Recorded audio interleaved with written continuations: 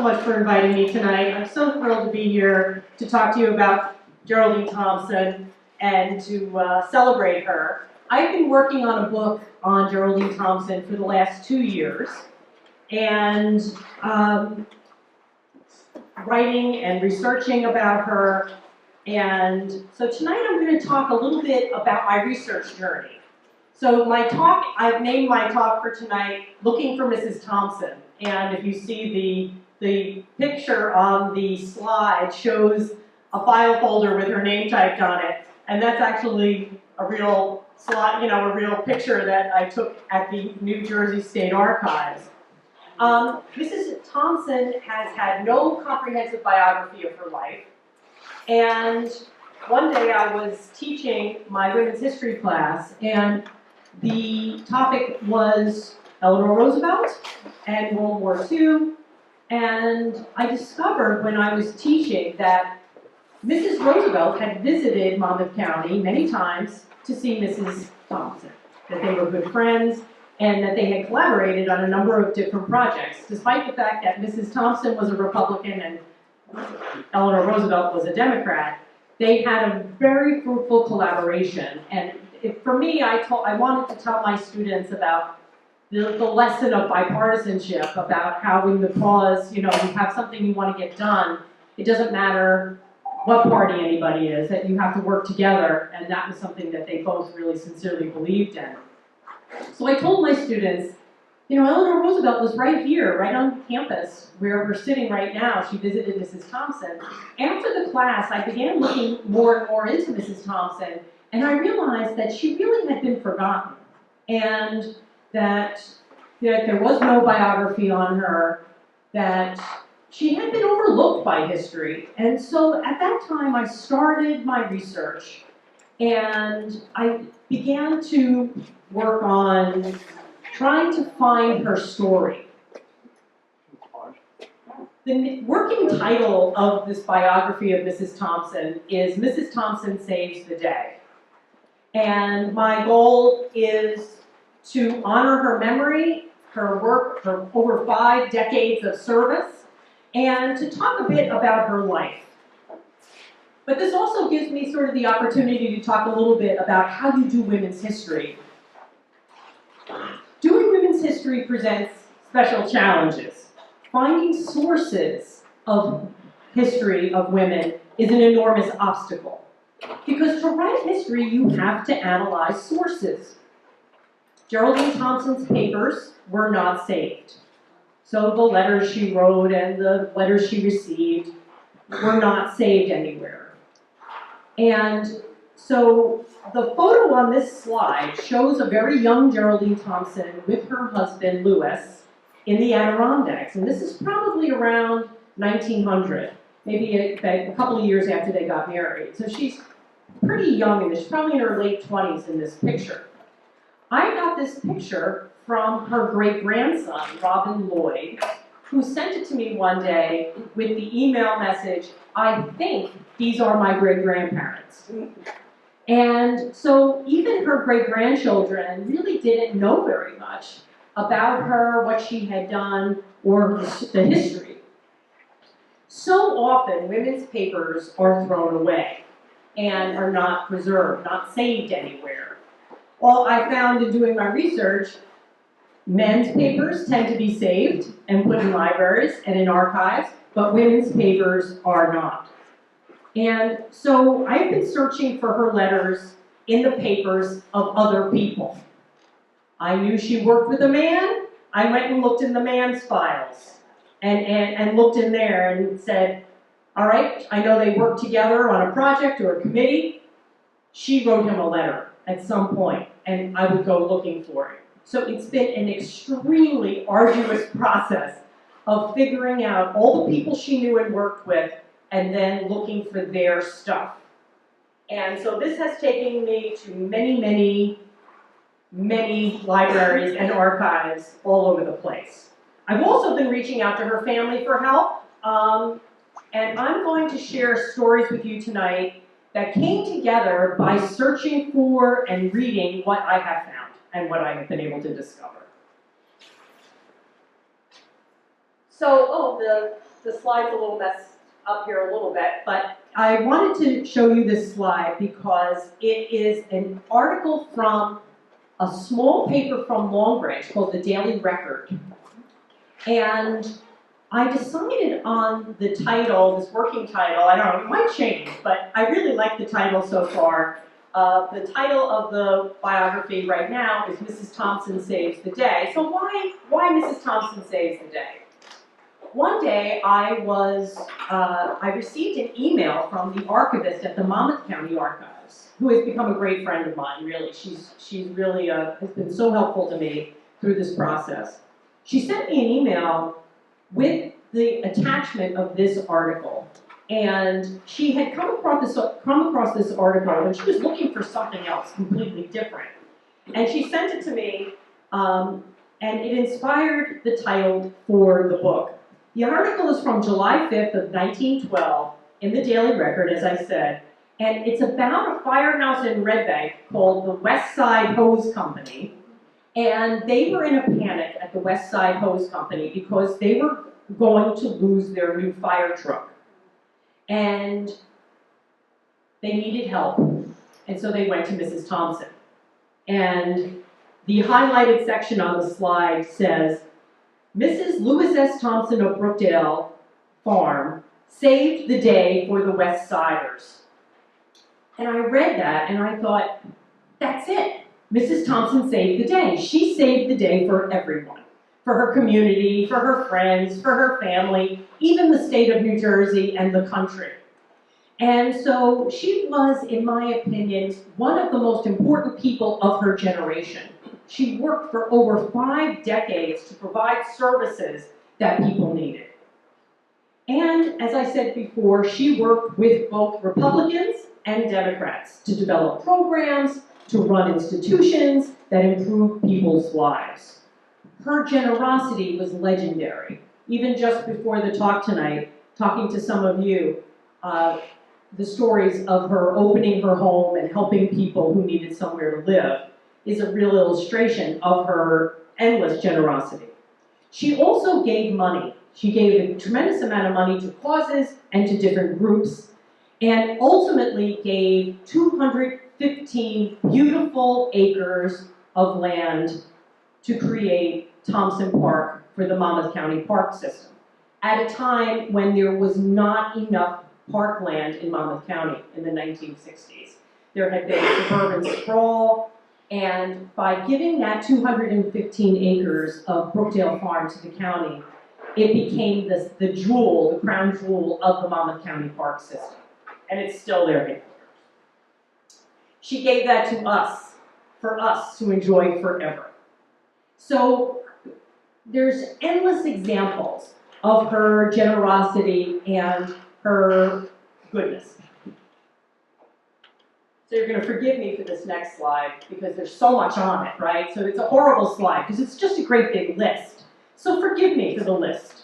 But I just wanted to show you sort of in one shot this list of accomplishments and achievements. She was amazing. And the evidence that she was a leader on par with anyone in her generation, that she was the first woman to serve on a state board. She was the first woman to attend the Republican National Convention, which she did for over 20 years. And her leadership in public health, juvenile justice, prison reform, environmental preservation, mental health programs, and led to the creation of many important institutions. For example, the Visiting Nurse Association, the VNA Health Group, still exists 110 years after she created it. But this is only a glimpse of what she accomplished. Because in my research, what I've really discovered about her is that she didn't really want us to know about her. She really didn't want us to know her personally. And so, in addition to this enormous list of things that she was famous for, there's a whole nother list of things that she did behind the scenes in secret. And it's finding those stories that have become my obsession. Because when I know she was involved with things, for example, the preservation of Island Beach State Park. Island Beach State Park, you may have gone there, is still preserved in its natural state. It was the last stretch of natural beach on the whole East Coast. And it was going to be developed into sort of like a Coney Island kind of a resort. And she worked to get that preserved by the state of New Jersey.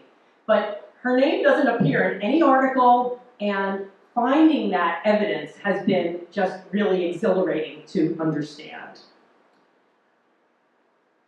So this is only a glimpse of what she accomplished.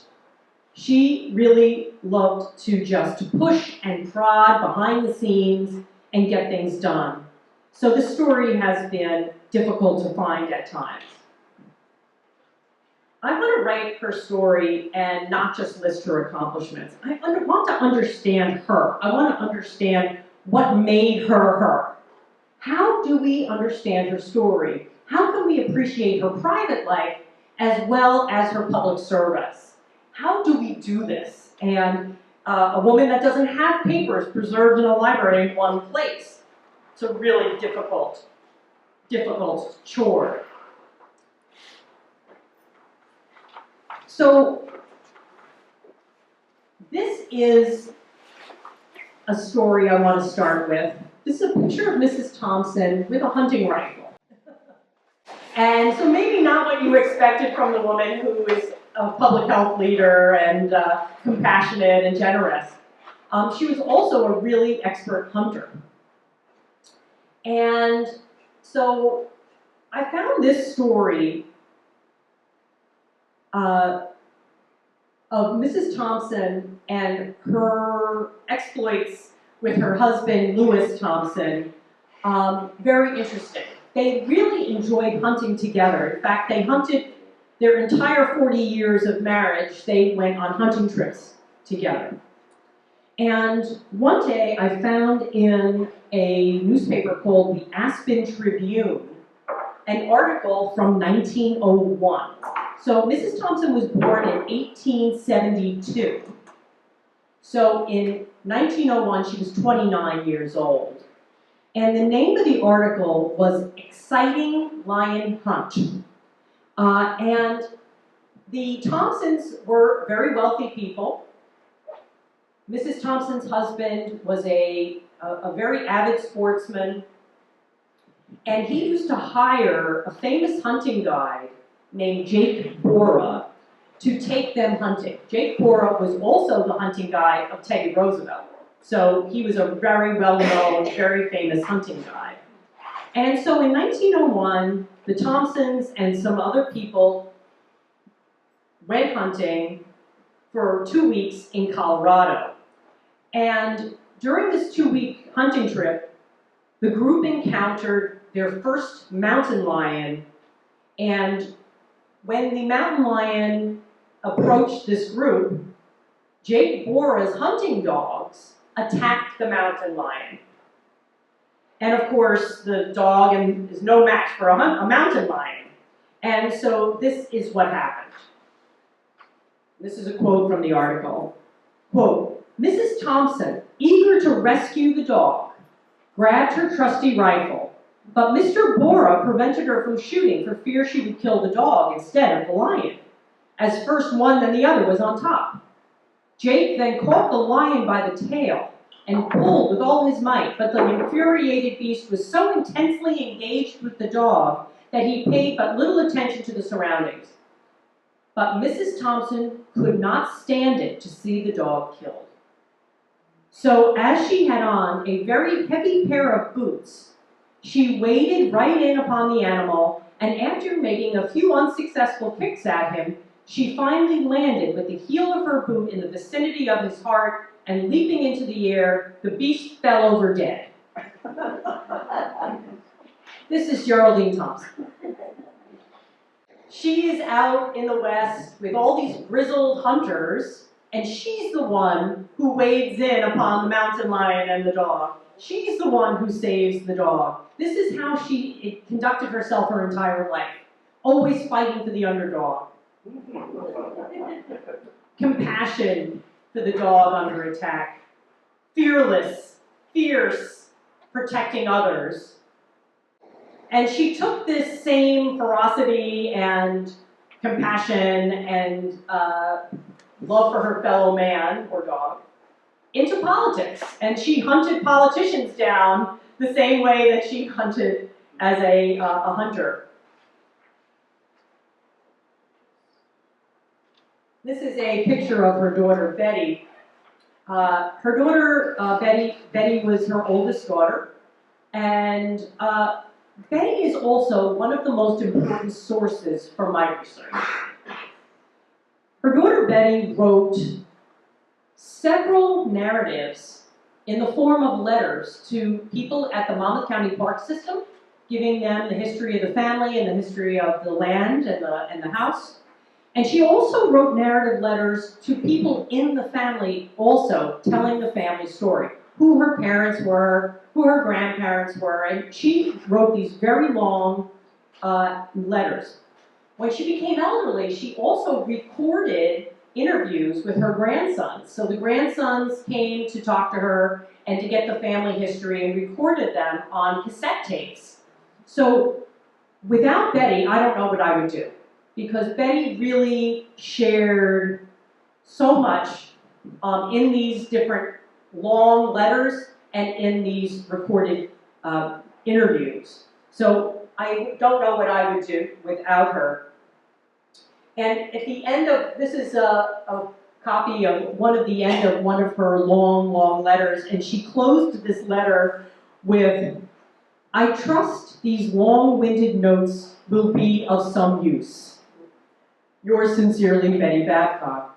And yes, Betty, these long-winded notes have been extremely, extremely useful to me, and have really given me an insight into the household, into what was going on in their family. And so without Betty, I don't know what I would have done. This picture is a picture of my table at the New Jersey State Archives.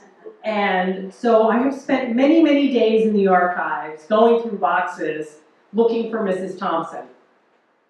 I've come to learn that archivists and librarians don't really know much about Mrs. Thompson. And when I would tell them that I was doing a project on Miss Geraldine Thompson, they would usually say to me, "I don't think we have anything on her here."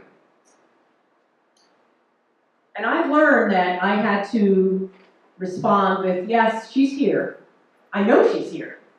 I know she's here because I know she worked with that man, and she had to have written him letters." And so it's, as I said before, I've had to go through file box after file box and turn every page, like Robert Caro kind of advises us, right? Robert Caro tells us that when we write by, we've got to turn every page. And so I've turned a lot of pages. And even though people would discourage me at these libraries and archives saying, "I don't know that she's here, I don't know that you're going to find anything," eventually what would I find is the Brookdale stationery would appear. When I would turn the page, I'd see that Brookdale Farm stationery would appear. And this signature, Geraldine L. Thompson, would show up at the bottom of the page. And I would say, "I see you, Mrs. Thompson." I can't tell you how exhilarating that feeling is. That when you are looking for something and then it's there, you're like, "I knew it. I knew she was here." And so the journey has been just the most exciting thing you can imagine. So I'm going to tell you a little bit about a couple of my great finds, a couple of the great days. Doing research like this, there's a lot of days where you don't find anything. But there's some great days when things happen and it totally changes your project, and you are like a detective who has discovered something new, and you're looking at something that no one has read for 50 or 60 or 70 years. And then I found Margot. Margot is Geraldine Thompson's great-granddaughter, and Betty Babcock's granddaughter. And I've been going through the family, trying to find somebody in the family who's willing to help me, who's willing to give me access to their files, to what they have been given in the family, passed down to them through the family. And Margot opened her family papers to me and allowed me into her home. And what I found was a game changer for this project. Which one is she? Margot, I'm the one on the right, she's the one on the left. And one of the days that she sent me interviews on cassette tapes with Betty Babcock's voice on them, she sent me that note along with it. Jane, hope these are useful for your research. Love, Margot. Margot and I have actually really become friends through this process. And she always thanks me. She's like, you know, you're giving us a gift of our family history, telling us who our family members are, what they did, and that she's always so helpful and so grateful. I realized when I went to Margot's house that I needed to know more about Mrs. Thompson's personal life in order to tell this story. My husband always tells me, Jane, nobody cares about that Mrs. Thompson went to a meeting. You know, what are you going to write about? Like, you can't just write that she went to a Monmouth County organization, a social services meeting. That's not interesting. So I realized that I had to do this work. I had to find out what was going on, what the family history was. So Margot has really been fantastic. Margot gave me this picture. This photograph is the oldest photograph that I have of Mrs. Thompson, and this is her family, her parents and her sister. Mrs. Thompson is here on the bottom. She's probably about 9 or 10 years old in this picture, and she's sitting next to the dog here. This is her mother. This is her father in shadow, and it's really the only existing picture that I've ever seen of her father. This is her sister Ruth and her sister Margaret here on the right. The other people, I'm not sure who they all are. But this was taken up in the Hudson River Valley at their home up in Plattsburgh, New York. And so Mrs. Thompson was born in 1872. She was born in New York City, and they lived in New York City in the winter, and then they would spend the summers up in Plattsburgh in the Hudson River Valley in Dutchess County, New York. She was tutored at home. Women of her class, social class, like Eleanor Roosevelt, were kept at home to be tutored by private tutors for their education. And so this is the same picture, just kind of a close-up of it, that she lived on Washington Square, 26 Washington Square. Her family's home was there. And she did attend a French convent school for 2 years, and I'm going to talk about that next. And she came from a family of reformers. So remember, I'm really looking at what made her the way she is, what made her generous, what made her a great reformer herself. And so part of that comes from having grown up in a household with women who were also involved in social reform. So I'm going to talk a little bit about this. When I was at Margot's house, the day that I spent at Margot's house going through boxes of photographs, I found this photograph. And I took a picture here for us here tonight of the front and of the back. So it was glued into a photo album. So it's ripped, right? But on the left is a French convent school, and I always had I thought I knew where she went to school, but this provided the proof I needed. And so on the right, it says Tours, which is the name of the city in France, Tours, where we went to school in 1888, GLT. I felt like she was talking to me. I felt like she was saying, Jane, this is it. This is where we went to school.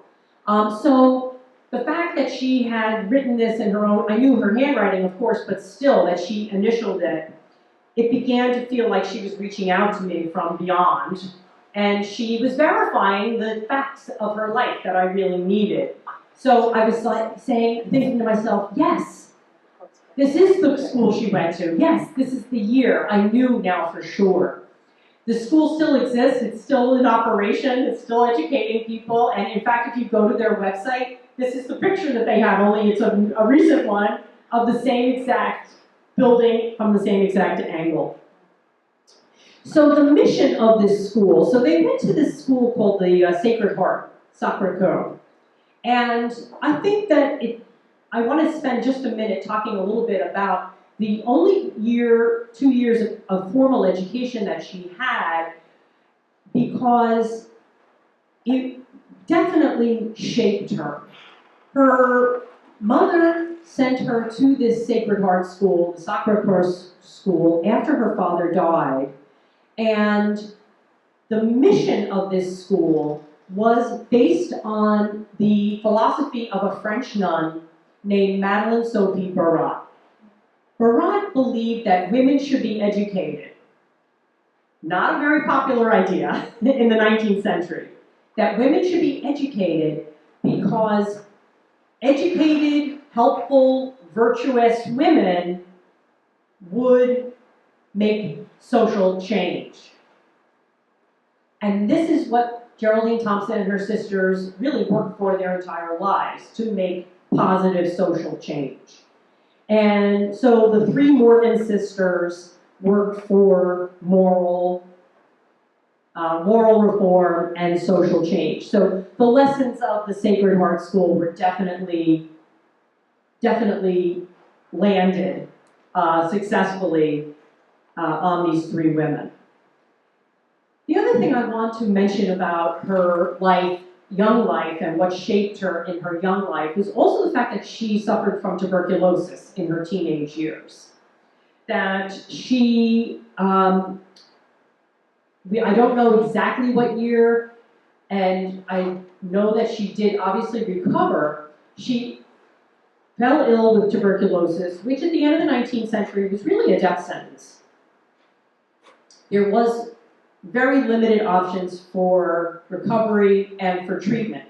The only treatment that was really available for tuberculosis was to be out in the open air, to rest, complete bed rest, and to eat a healthy, heavy diet, because it's a wasting disease, you waste away.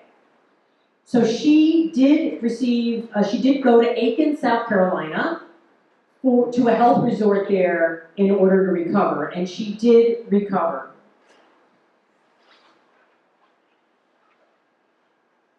And tuberculosis also led her to meet her husband. Her husband, Lou Thompson, there on the left, also suffered from tuberculosis and typhoid. He also recovered, but he was so sick with tuberculosis, he ended up living the rest of his life with only one lung. And Lou Thompson, when you had tuberculosis, you really almost became unmarriageable. Like, nobody would want to marry somebody with tuberculosis because they believed things were inherited, that you could pass tuberculosis on to your children. I mean, those were the notions of the time. So a young woman who had tuberculosis, she probably had to marry somebody who also had tuberculosis because they probably wouldn't care, right? So the fact that she met Lou and they both had tuberculosis was probably made them a good match. The other thing about her husband was that he was the son of a very wealthy Standard Oil executive.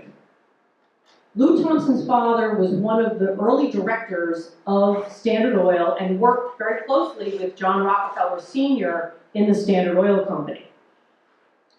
So while Geraldine's parents and family were very prominent New York family, they didn't have a lot of money. They were sort of like an old family, the Livingstons. His family had a lot of money. So he was marrying Lou was a very interesting match for her, because he brought a tremendous amount of money into the marriage. And they met in Colorado, because Colorado was a place where people with tuberculosis would spend the winter, because it was dry and sunny there, and it was very good for people who had tuberculosis. So sometime in 1895, 1896, she met Lou Thompson, and they married in June of 1896. Because Lou had only one lung and had suffered from tuberculosis, he could not work indoors.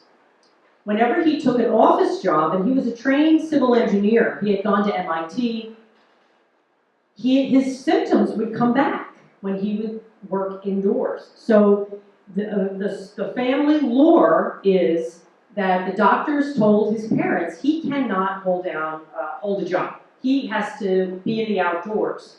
So he became an avid sportsman, fishing, hunting, geese in Canada, and quail in Florida, and sword fishing off the Keys. And so he would spend most of his life outdoors and hunting and fishing. He was also a very excellent marksman. He was well known for his excellent marksmanship. Most people have told me that they didn't have a very good marriage, I don't think, because he was always gone on these fishing and hunting trips, and she was always here doing her thing. I think they probably didn't have a very good marriage. And as a historian, you need evidence, right? So what's the evidence of what their marriage was really like? I didn't have any letters between them. I was desperate to find a letter to see the tone that how did they address each other in the letters? I was really desperate for that. And then one day I found this. Harvard University has a large number of Geraldine Thompson's letters that she wrote to Miriam Van Waters. Miriam Van Waters' papers were saved, and in those papers are a lot of letters from Geraldine Thompson. And they're all digitized, and so during the pandemic shutdown, that's what I would do. I would read all this stuff in the digitized letters all day because there's nothing else to do, right? So I was doing this research for my house, and one day, and I don't know why it struck me to do this one day I checked the miscellaneous folder. Always check the miscellaneous folder, because what's in miscellaneous are things that people in the library don't know who it is. I knew who it was. I knew everybody's handwriting by this point. I knew what everybody's nicknames were at this point, right? I knew who Pinky was. I knew who Puss was. I knew what everybody's nicknames were. So if there was a letter in that miscellaneous file, even though the librarian didn't know who it was, I did. So I opened the miscellaneous folder, and up pops this letter that says, "Dearest Honey." And I immediately recognized Lou Thompson's handwriting. So this was not this had nothing to do with any of the Thompson stuff. I found this in Miriam Van Waters' papers in the Harvard Library database. And it was written in 1934, and I quickly went right to the end to see who signed it, and it signed Lou. So I knew I was right. So what did I learn from this letter that I call the Dear Honey letter? First of all, there's a section of the letter where he writes, it's a very long letter, first of all. It's like a 5-page letter, where most of it is spent talking about fishing. He's talking about fishing, and he goes on and on about fishing.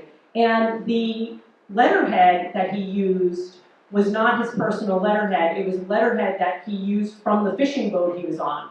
So, if he wrote from Brookdale Farm and it said Brookdale Farm at the top of the paper, the printed stationery, the librarian would have known it was one of the Thompsons. But it just says, all it has on there is the name of this fishing boat on there, so they didn't have any idea who it was. But there were a couple things that I was able to learn from this letter. First of all,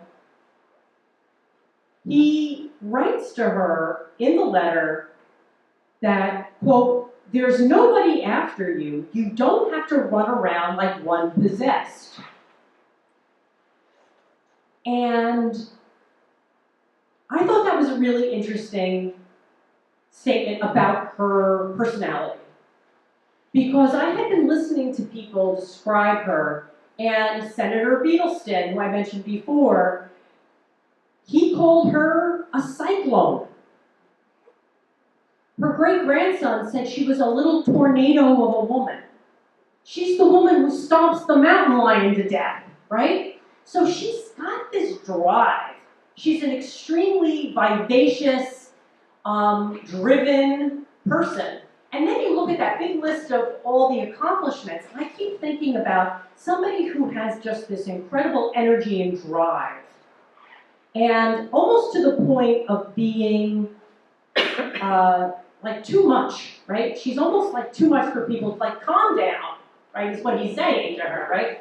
Just rest. Why are you running around like a lunatic? Stop driving yourself crazy, right? So I thought the letter really let me inside, right, into the inner sanctum of what's going on with their relationship and what she's really like. And then the closing of the letter. The closing of this letter, he writes, quote, "You are the dearest person in all of this world to me, and I send you all of my love, always your own, Lou." And I said, oh, he loved her. They didn't have a cold, distant marriage.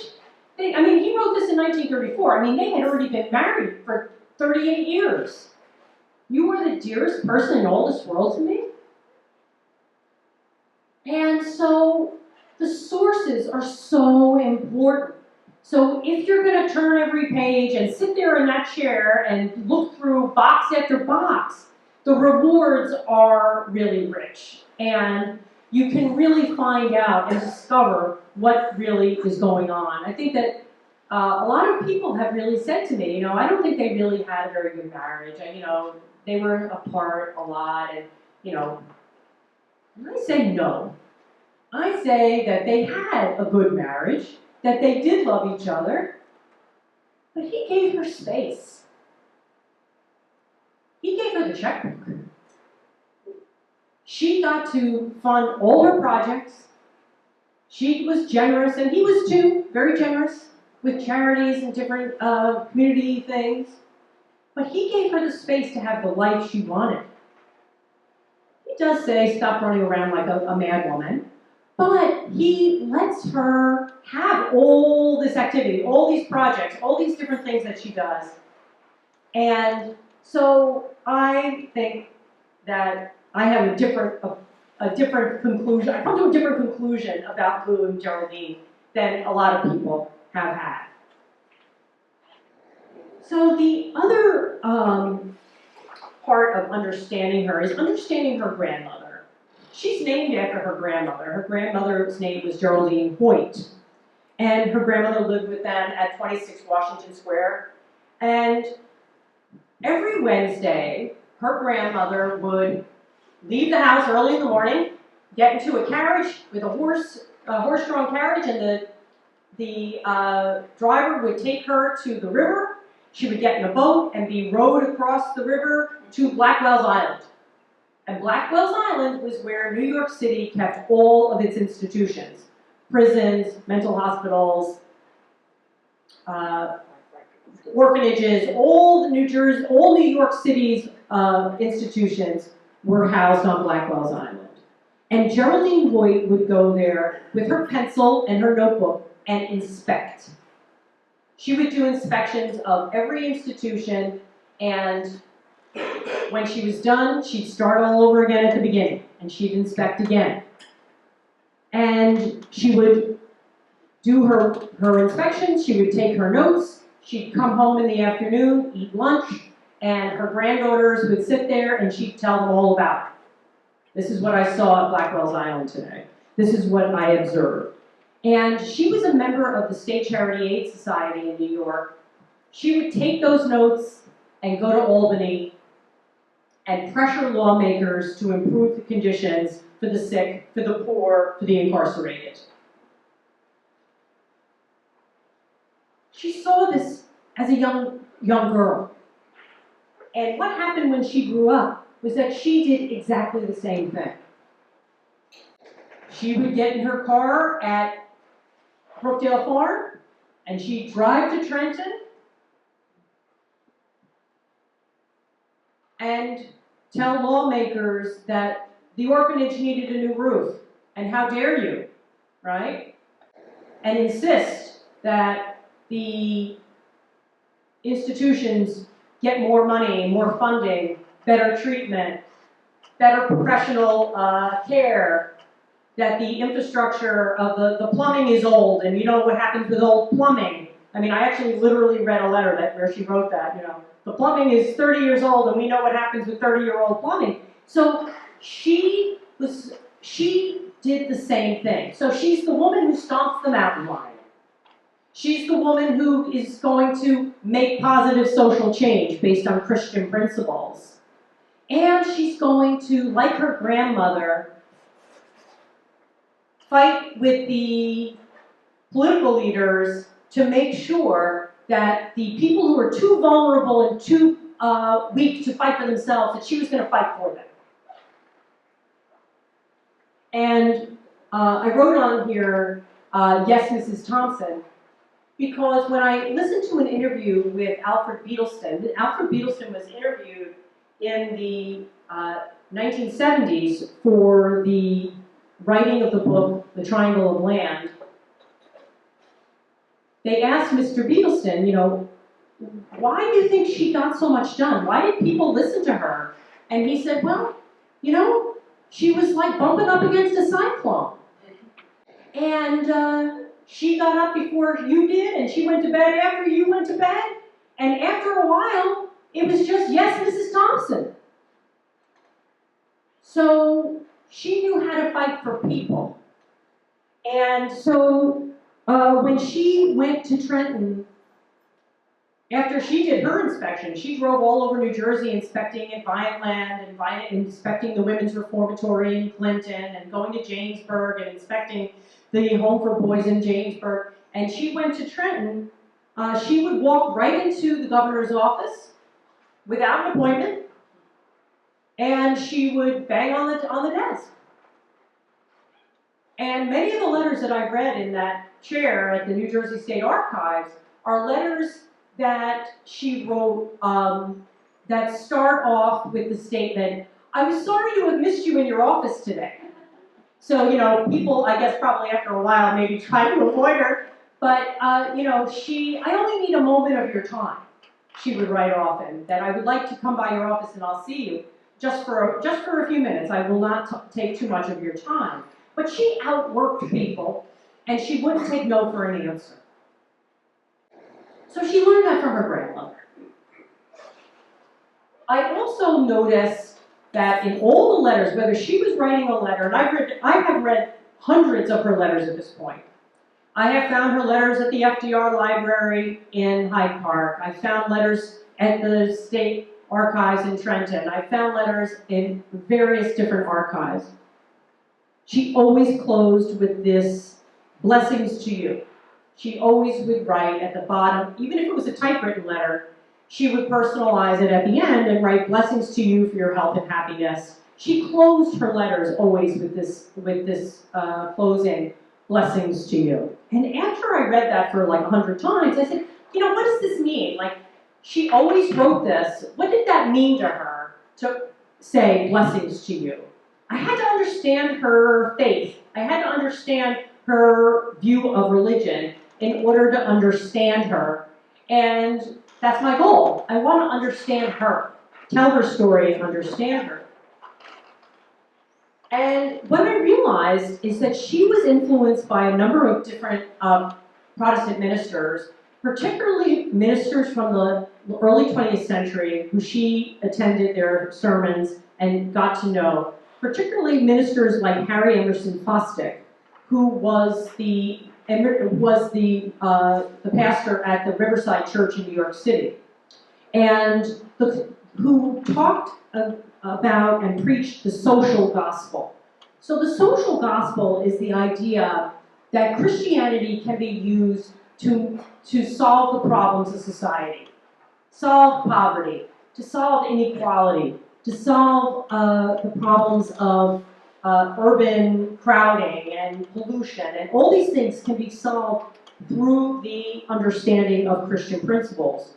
So that the people who believed in the social gospel did not look at Christianity as salvation of the personal soul, but the salvation, not salvation from sin, but to really save the world. And so, once I understood her connection to Fosdick and to the social gospel, I understood Blessings to You a little bit more.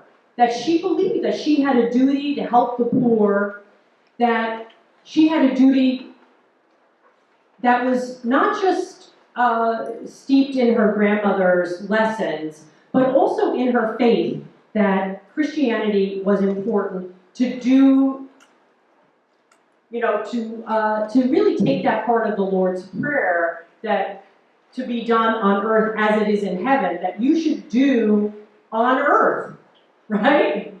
To do it on earth, right? So she really believed in this, and she carried this into her decades of work.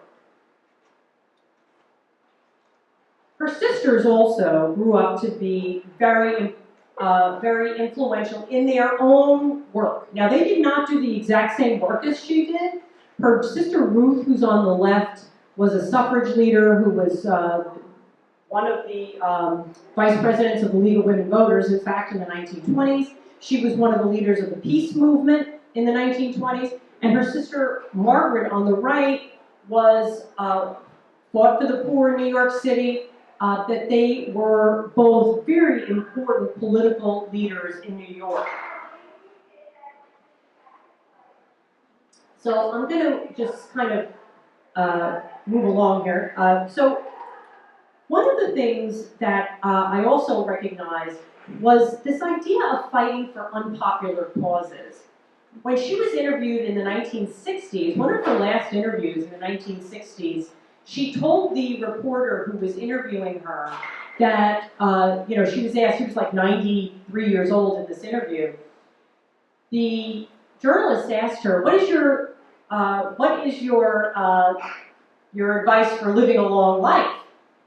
And Geraldine Thompson said, keep fighting for at least one cause, preferably an unpopular one. And one day I realized that when her sister Margaret died, there was a memorial booklet that was published, and they described her sister Margaret as always fighting for the unpopular side. And I realized that this was something that she had carried on through her life, really in honor of her sister's memory, of fighting the unpopular fight. She also was incredibly politically astute and patriotic in her beliefs. And part of the reason why she worked so hard in politics, and she was a very loyal Republican. She worked very hard campaigning for Republican candidates. She believed it was her patriotic duty to fight for democracy, that women had a duty to bring morality to government, to bring morality to their communities, and she was very active in recruiting young people to engage in politics. She believed very strongly that people have to get engaged. You have to be involved. It can't just be a few people. There has to be, you have to vote, you have to get engaged, you have to be involved. And a lot of the people that I have interviewed have told me that they were one of her victims, because she would find people that she thought were, should get involved, and she would recruit them and train them and mentor them into politics. And Alfred Beedleston really is really an example of one of those people. So I just want to tell you one more story or so. I don't want to hold you guys too long. But I want to tell you how she started the VNA. And she moved to Brookdale Farm from New York in about 1899. And she didn't really become active in politics until about 1910. So she had 4 children between 1897 and 1904. So after her youngest was about 6, she really kind of started her career. And in 1910, she became a member of the State Charity Aid Society. And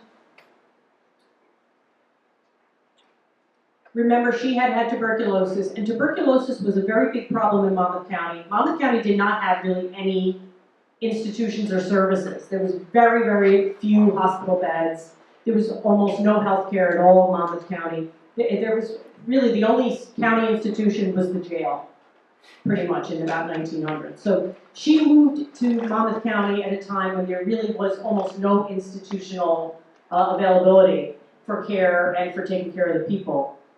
And so she became aware that tuberculosis was very widespread in Monmouth County, and what was happening is people were getting sick with tuberculosis and laying in bed at home and spreading it to the whole family, and then the whole family would die of tuberculosis. And so she began to fight with the Monmouth County freeholders at that time, called the freeholders, the county government, to provide funding for a tuberculosis hospital. And she went in June of 1912 to tell them about a story of an African-American boy named Arkansas Bass, who had tuberculosis, who lived in Long Branch, and who was suffering with tuberculosis. It had already advanced. He had a very advanced case. It had gone from his lungs into his bones. He already had had an arm amputated due to the fact the spread of tuberculosis. And what she wanted from the county government was to have them pay for him to be sent to a sanatorium and be treated and cared for at the end, right? He was really at the end. It was really palliative care at this point for Arkansas Bass. And so I found this article that was in the Daily Record in 1912 that talked about the meeting that Geraldine Thompson attended, and they decided to pay for Arkansas Bass to go to a sanatorium in Trenton. Geraldine Thompson had explained, if you let him go home, he's going to spread it to his mother, to his siblings. They're all going to die of tuberculosis. They don't have the money for the care he needs. And so in the paper, it says that through the efforts of Mrs. Lewis S. Thompson, Arkansas Bass was taken to a sanatorium in Trenton. And after I read this, I realized a couple of really important things out of this article. A month later, she started the VNA. That the VNA was hatched really out of this event. She has the first meeting at her house in Brookdale Farm. 150 people attended, and the VNA is still in operation, right? So she starts this way. I also became really curious about what happened to Arkansas Bass. So this sort of becomes a little bit like the genealogy show, right, where they show you the census documents. I found him in the 1915 census. So in 1912, he was 12 years old. In 1915, New Jersey did a 1915 census. And he is listed, Arkansas Bass is listed. So in 1915, he was still alive. He got 3 more years of he was taken care of, and he lived. And then I found his family in the 1920 census. So his mother and his brother and his sister were still alive in 1920. Now, he's not in 1920. He had died by then, apparently, because I couldn't find him in 1920. So he doesn't make it to 20. But his mother and his brother and his sister were all listed, still living in Long Branch in 1920. She saved them. She saved them from tuberculosis, right? And so her life of service and the people she helped, sometimes it's not just the one person, right? It's the entire family. The VNA today is still really very similar kind of an organization. Public and private partnership, that they go to people's homes to give them health care, and they're a flexible, nimble organization. So whether it's tuberculosis in 1912, or it's COVID in 2020, the VNA is still serving over 60,000 families a year. It's the organization that she founded. So I just want to, I feel like I've run out of my time here. The only other thing I really wanted to get to, I wanted to talk a little bit about her relationship with Miriam Van Waters. So one of the other surprising things that came out of the research, not my research, but in the 1990s, the woman on the right, Miriam Van Waters, was the subject of a biography by Dr. Estelle Friedman. And Dr. Friedman wrote about Miriam Van Waters, was a very famous criminologist. She was a famous leader of Women's Reformatory in Massachusetts. And doing that research, she found letters between Geraldine Thompson and Miriam Van Waters that indicated that they had had a romantic relationship. And so another thing that has led me to this project is understanding a woman who had a 40-year marriage and 4 children, and also a many-decade relationship with a woman. And what's that story about? So reading the letters between these women, reading their correspondence back and forth, that much of it actually was destroyed. Miriam Van Waters actually destroyed a lot of their letters, but some of them have survived. And so that also adds to the complexity of this woman's life. So in addition to a life of service, in addition to having, being the fighter for the underdog, she also has this really interesting private life that makes the project even more compelling in a lot of ways and more mysterious to try to understand what made her her. So it's 8:15, so I've talked for a long time. So I would like to give you a chance to ask some questions. I didn't get through all my slides. My eyes are always a little too big for my stomach in doing these talks about Mrs. Thompson, because I love talking about her so much.